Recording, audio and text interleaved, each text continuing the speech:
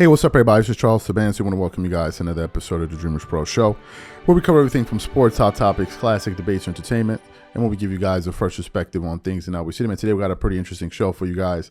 But before we get into it, please make sure you like the video and subscribe to the channel. Also, if you want to follow me on Instagram, my name is Charles Tabansi. My handle is CTABANZ. If you want to follow Dreamers Pro on Instagram, the same name as the channel. And also, if you want today's full show before it comes out, it is streaming for free on Apple Podcasts and Spotify, which we have pinned in the comments below. Let me get into this topic here. This LeBron James thing. LeBron is making headlines right now, right? Usually LeBron makes headlines for the drama around the Lakers and all that, his play here and there. But this one is some back and forth that's been going on in the media, right? Ever since Stephen A. Smith and Shannon Sharpe went on TV and kind of pushed back on LeBron's comments about his tenure with the Miami Heat, there's been this back and forth. Shannon said his piece. And then LeBron James came out there and said his piece on Twitter. Then Stephen A. Smith said his piece on ESPN and on his own show. Then Gilbert Arenas went at Shannon Sharpe. And as a matter of fact, last night, Gilbert Arenas, he did a live where he was going at Shannon Sharpe. And Steve, let me not say going at, that's the wrong word. He was responding to the comments that Stephen A. Smith and Shannon Sharpe, made about LeBron. And he was kind of trying to go through there and pick apart his points. He didn't cook them. He was just disputing their points. He didn't cook them. We're not in high school. He didn't cook them for the lame, you know what, in the back. Anyway, so what happens? The Lakers were playing against a very good team, or at least a team that we expect to be a very good team in the Phoenix Suns yesterday. And going into that game, I saw the box score. It kind of flashed across my screen, and I saw that the Lakers were trailing in that game, and I thought actually that the Lakers were going to lose given the fact that they were shorthanded throughout that game. So when I woke up, I saw that the Lakers were able to become away victorious. The major headline, Anthony Davis played, but the major storyline in that game, or one of the major storylines for the Lakers, was that Austin Reeves was relegated to coming off the bench, but he performed very well. He came off the bench, scored 15 points on 54% shooting and 50% from the field. AD came back with 18 and 11. And LeBron finished the game with an efficient 64% shooting, 75% from the three, scoring 32 points with 11 rebounds, 6 assists, but he did have 4 turnovers. Incidentally, I just figured out like LeBron broke the all-time record of the most turnovers in NBA history, 5,000. I'm not going to do a show about that, but it's worth pointing it out because when Kobe had the most missed shots ever, people reminded me about that every single day. But anyway, so what happened? The game was close at the end. And essentially on the Phoenix Suns side, KD played, but of course, Devin Booker, from what I'm looking at, he did not play, or at least I didn't see him play. I could be wrong, but I don't think he played. Anyway, so they won the game. But at the end of the game, there was a crucial play that needed to be made. And LeBron James, drew the defense, and he kicked the ball out to, I want to get the player's name right. Was it? I think it was, Cam Reddish. And Cam Reddish hit the big shot to give the Lakers the lead. So at the end of the game, when LeBron James was speaking to the media, he then took a shot at the people who criticized some of his late game decision makings, like myself, Stephen A. Smith. I'm not saying I'm on that level, but you get what I'm saying. So what we want to do is want to play exactly what LeBron had to say to his critics, and we'll come back and continue on the show. Take a listen to that. LeBron, you guys were out-rebounded most of the game. What changed for you guys in that fourth quarter? I don't know. I think we just finally got sick of being out-rebounded. We kept bodies in front of bodies. I think C. Wood did a great job of cleaning glass to start that fourth. And we was able to hit, so we finally started hitting our three-pointers down, and that definitely helped us get back into the game. Well, the stars definitely came out tonight on both sides, but how were you guys able to keep Kevin Durant from beating you down the stretch? Can you really stop him from beating you? I saw you guys had him trapped over here. Yeah, you got to. You have to. You got to put 2 or 3, 4 bodies on him at times because he's that good. He's really that good. He's great. I'm sorry. Don't let me disrespect Kevin Durant, but we did a good job of just trying to make it tough throughout the game, but he's an excellent player. Cam Reddish got the start tonight. What did he show you? Nothing. I've already known this in Cam. And to all the naysayers and basketball savants that don't know nothing about basketball and telling me I should have shot that shot in Miami instead of passing to Cam Reddish, well, I did the same thing tonight because I trust my teammates and I make the right play every single time. And game ball go to Cam Reddish for sure. And likewise, the impact that Austin Reeves had, the adjustment that he made as well coming off the bench. He's just a big-time player. He can fit in any role.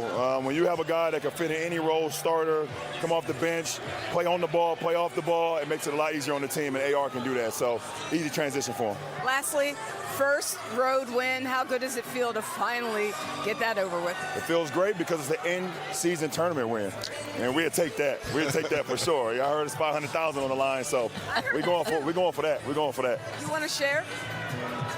Maybe. We'll see. We'll see. Congrats on the win. So you heard what LeBron had to say. He essentially said that he makes the right play every single time, and obviously in that moment it worked out, but the night prior or the day prior or some games prior, whatever, it did not work out. So what are my thoughts on this? Obviously, quite obviously, LeBron is a basketball savant, right? The same way some would consider Drake to be a music savant, Kanye West to be a musical savant, a genius, however you want to call it. But that doesn't mean that because these guys are savants, they sometimes don't make bad records. And that doesn't mean that because you're a basketball savant, sometimes you don't make the wrong plays. No one is 100% correct whenever they're making decisions. No one. I've seen the best of them make the wrong play, not execute the way that they would have liked to. I have seen many guys have an option, a particular package they want to go to, team reacts, they try to go to their second option, it doesn't work out. So I don't believe in being 100% correct. There are times when LeBron has been right and there are times when he's been wrong, but that's not just a LeBron thing. That's every single player. Every single play. You can't tell me that you've never made the wrong play. That's BS. Every single player. I'm talking about the best of the best. Top 10 players, however you want to call it. They've all made the wrong play from time to time. I think LeBron himself has a philosophy where he believes he's making the right play, and other players have a different philosophy, and other fans see it differently. I come from the Jordan Kobe school, so I don't subscribe to this way of thinking of pass to the open man and do all of that. No, I believe that the best player on my team should make the decision, and in most cases, I want the best player to take the shot unless he is totally draped over and he can't get a good look. Skip Bayless and Keyshawn Johnson were going back and forth about this with the Miami play where he drove into Jimmy Butler. Jimmy Butler pushed him into Bam, and then he threw a cross the court pass that didn't go in. And Skip kept on saying, well, why doesn't he shoot? Why did he change direction? Skip was asking LeBron to do something that it's not within his game. LeBron is not a pull-up jump shooter. He doesn't have that in his game. Kobe did. Jordan did. These guys can get to a spot, rise up and shoot. They can go right, they can go left. I've seen Kobe bringing the ball up. I'm talking about for a game-winning shot. And as he's bringing the ball up, he goes into a modified post up, and he's backing defender down with the clock rolling. He hits him with a dream shake and fades away and swishes the shot, wins the game. These guys can score off the dribble, and they have more offensive packages that they can go to. That's why there's more skilled scorers. That's why you just can't look, oh, well, he has the most scored the most points. Yeah, but that's a longevity thing. In terms of those type of plays, that's the type of player I would want. But LeBron is a different type of player. LeBron can't make that shot. He seldom does. Now, there are times that he does, like he did in the playoffs against the Indiana Pacers when he caught the ball, drove across the the key, stopped on a dime, pulled up and shot the ball while fading, hit the shot. You've seen other shots where he hit a running jumper off the glass. He hit that shot. He can do that from time to time, and other times he's not.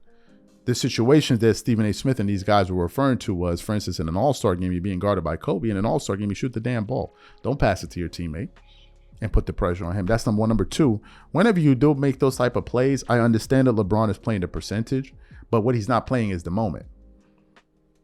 He's not playing the moment. He's playing the percentage. This is a wide open shot. Percentage is going to be high. The question is that player capable of hitting that shot?